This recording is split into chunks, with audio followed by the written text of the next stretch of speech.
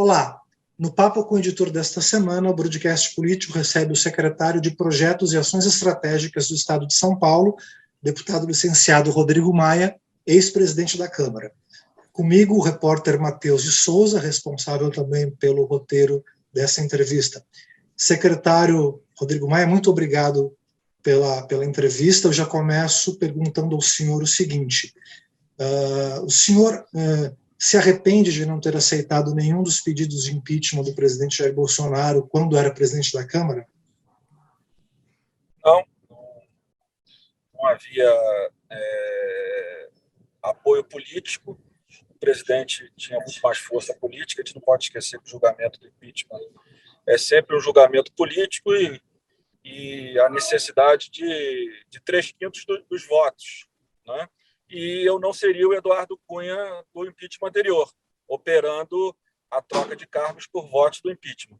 Então, o que nós conseguiríamos, atendendo parte da sociedade, que com razão pressiona até hoje por isso, e agora com muito mais razão, era a derrota do processo e o fortalecimento do Bolsonaro. Foi assim que aconteceu com o Trump, não sei se você lembra. O presidente Trump derrotou o impeachment no Senado e ficou franco favorito para a eleição. Veio o Covid e a história mudou, mas sem o Covid, o presidente Trump, com erro dos democratas americanos, porque não tinham votos no Senado para afastar o presidente, né, acabaram fortalecendo naquele momento o presidente da República. Então, no nosso caso, os indícios eram mais frágeis do que são hoje e, do ponto de vista político, o presidente era muito mais forte. E no único momento que ele entendeu que tinha algum risco, ele se aliou ao Centrão, inviabilizando de vez qualquer chance desse encaminhamento. Então, o encaminhamento apenas para marcar a posição e o presidente ganhar, você apenas alimentaria mais o campo fisiológico da política do parlamento brasileiro. O senhor acha que hoje a atual conjuntura política ela favoreceria um eventual processo de impeachment? Não, porque mesmo os partidos que se dizem independentes de oposição ao governo votam com o governo. A votação do voto impresso foi uma prova que está muito longe dos 3/5 de voto, dos 2/3 de voto para afastar o presidente da República. Matheus tem uma pergunta para o senhor. Bom dia, secretário. Outra questão do momento é com relação ao teto de gastos, que foi aprovado quando o senhor ainda era presidente da Câmara. O ministro da Economia, Paulo Guedes, falou em uma licença para furar o teto de gastos, pelo auxílio de R$400. Como o senhor vê essa declaração do Paulo Guedes? E o senhor teria mudado alguma coisa com relação ao teto de gastos? Olha, o teto de gastos é uma decisão da sociedade brasileira, né? A mudança da ótica da política brasileira no início do governo Temer, o ministro Guedes, ela vem baseada claramente numa vontade da sociedade de não pagar mais impostos. Então, essa decisão do teto não é uma decisão de um economista fiscalista qualquer, é uma decisão da sociedade que vem cobrando, continua cobrando da política um melhor controle das suas despesas e, principalmente, uma modernização, uma melhoria da qualidade do serviço público. Então, eu não mudaria nada no teto de gastos, eu avançaria nos cortes de despesas, como nós propusemos no ano passado ao ministro Paulo Guedes, aos ministros da política do governo, que achavam naquele momento que eu queria usar a PEC emergencial para fazer política para o meu sucessor. Eles aprovaram uma PEC emergencial que não cortou despesa alguma, eles operaram o diferencial de inflação no início do ano, que teria um pico no meio do ano, e uma queda no segundo semestre, que abriria um espaço. A inflação não caiu, então agora eles estão numa situação muito difícil. E quando o ministro Paulo Guedes fala que quer uma licença para furar o teto, como agora lançaram o novo filme do 007, é basicamente uma licença para matar o povo brasileiro. Porque quando você caminha para uma orgia fiscal, um desrespeito das contas públicas, no final, quem paga a conta, quem passa fome, quem fica sem emprego, quem tem dificuldade de renovar os seus empréstimos no agiota, nessas estruturas como Crefisa, são os mais pobres.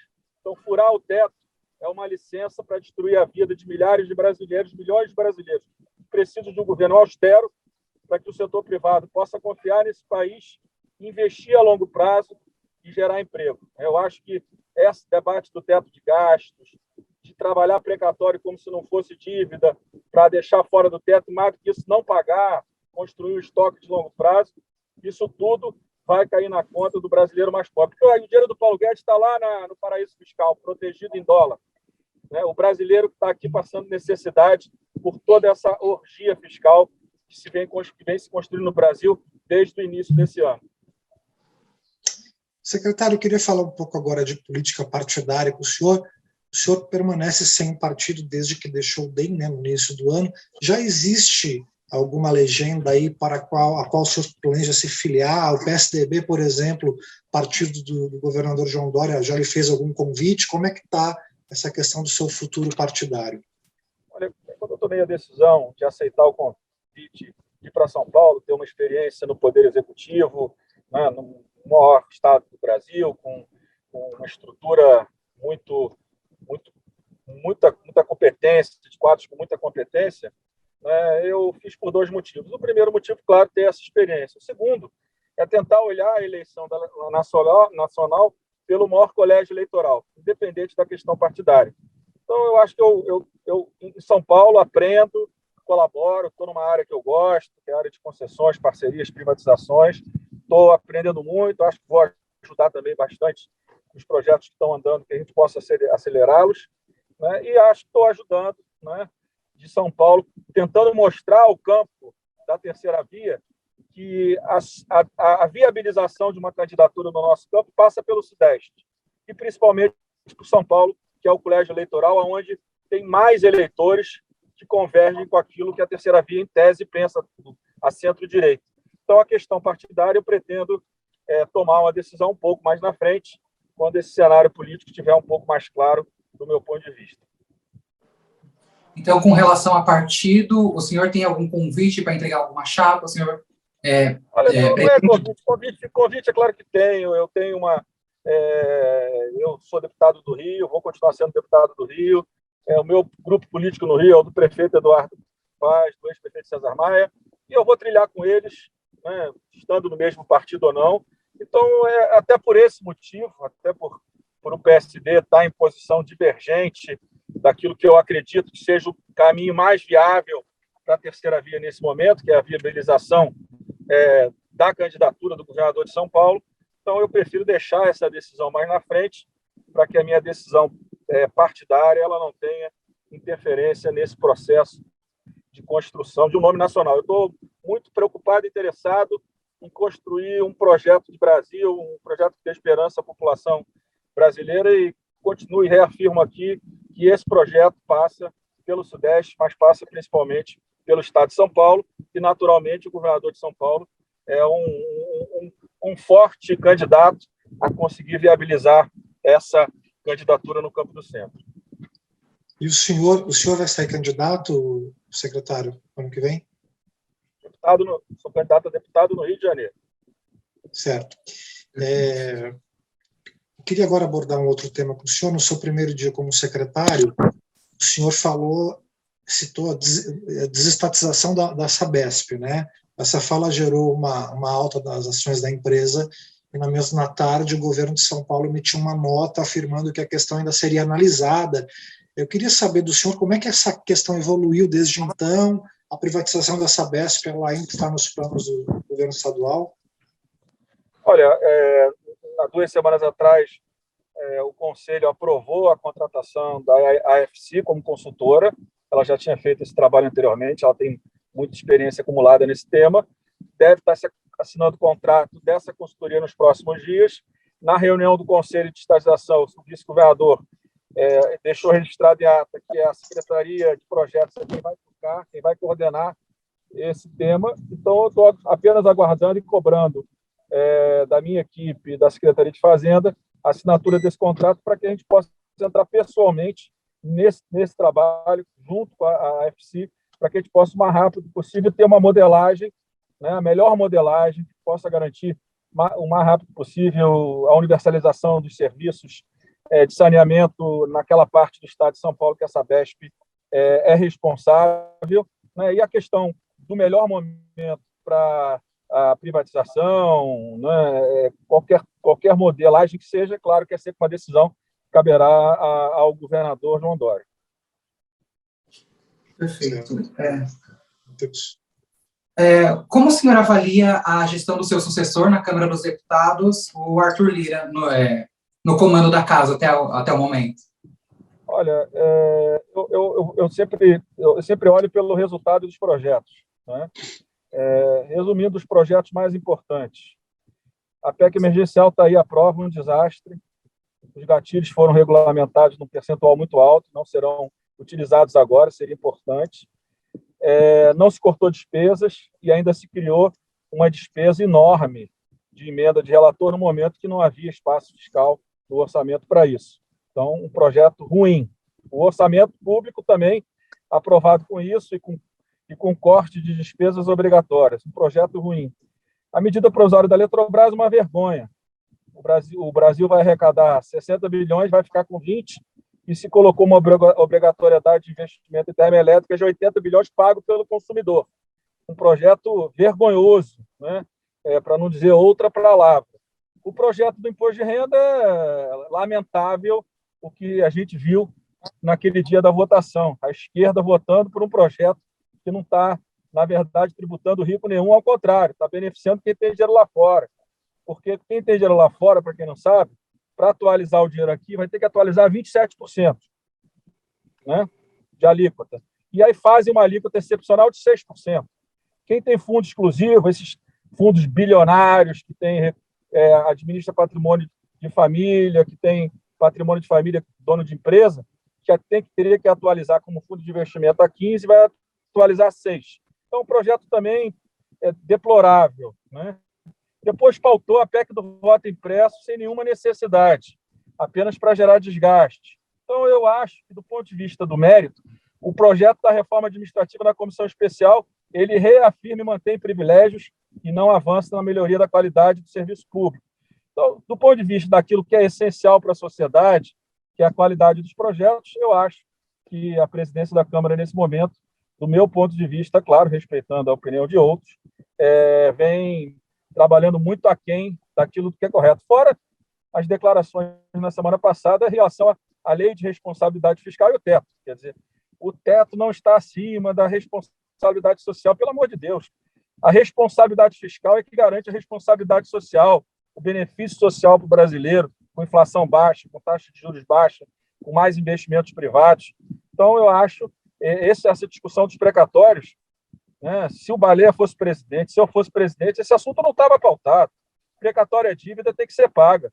Gostemos ou não, corta a despesa para poder fechar tudo dentro do teto. Então, eu acho que a presidência dele, naqueles temas que eu acompanho, que eu gosto de trabalhar, que de alguma forma eu aprendi a conhecer, eu acho que a presidência dele não vai bem. Secretário, eu queria voltar um pouquinho para o tema partidário, sobre o DEM.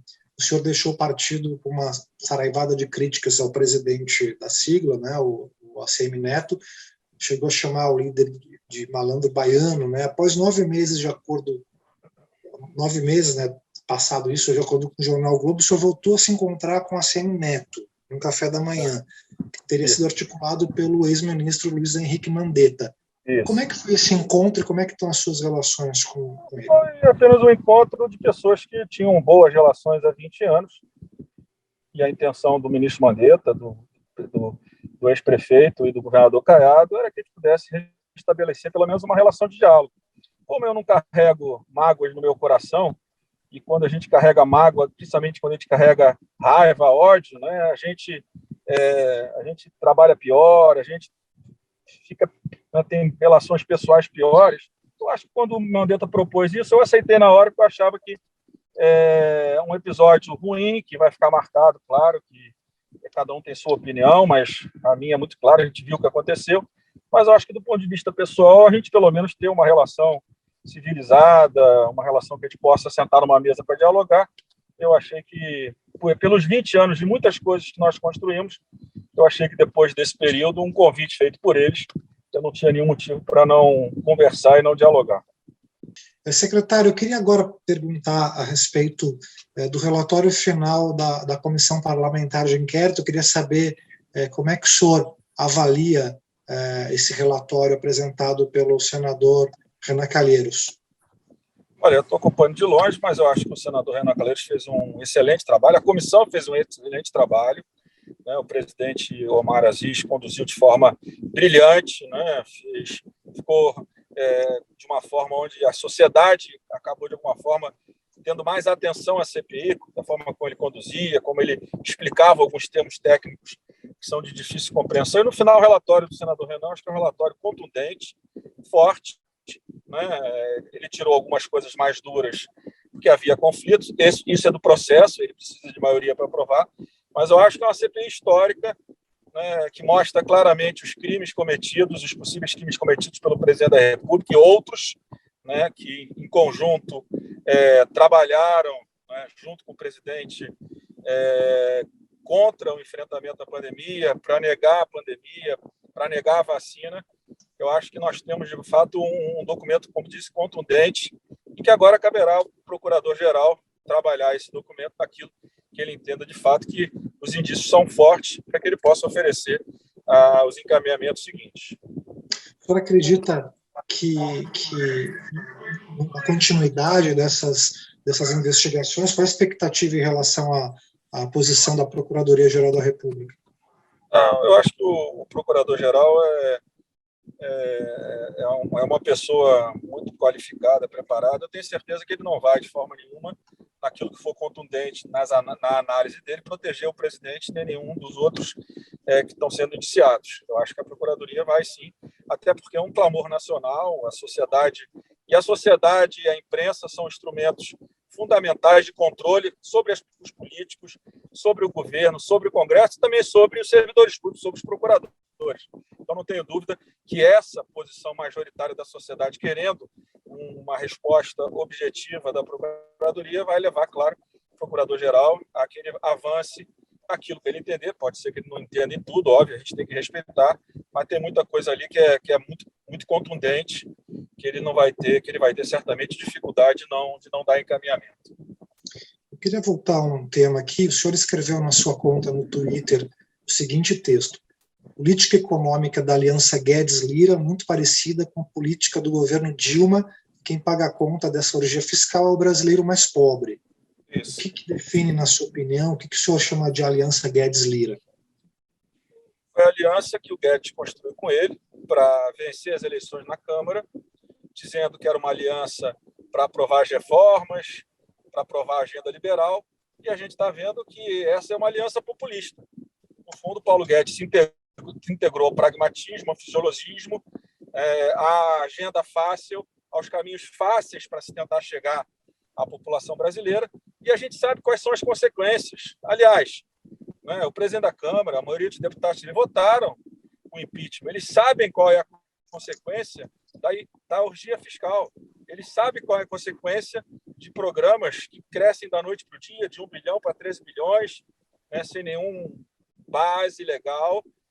A gente sabe o que significa isso na vida dos brasileiros, a recessão que nós passamos por 2 anos, exatamente por essa orgia fiscal, esse desequilíbrio fiscal que foi construído no governo anterior e que está sendo construído da mesma forma a partir desse ano. Então, as consequências, elas são inflação mais alta, taxa de juros mais alta, recessão, desemprego. É por isso que eu digo que são os brasileiros mais pobres que pagam essa conta. Secretário, para encerrar, eu gostaria de perguntar como o senhor vê os acenos do ex-presidente Luiz Inácio Lula da Silva ao Centrão, ao Bloco do Centrão?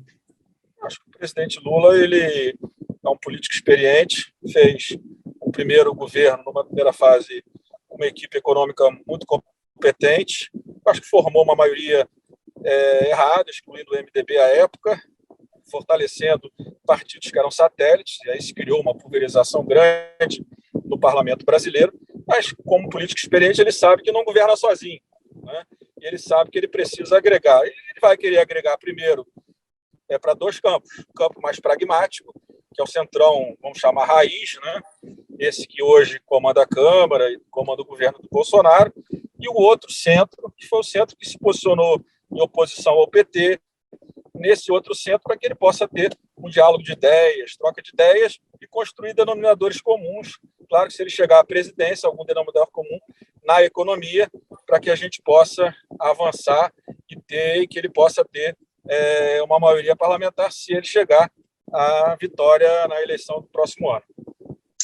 Ok, secretário, o Papo com o Editor dessa semana fica por aqui. Eu agradeço muito pela entrevista, a sua presença. Obrigado também ao Matheus de Souza e ao Ricardo Negratia, que foi responsável pela nossa parte técnica. Até a próxima. Obrigado.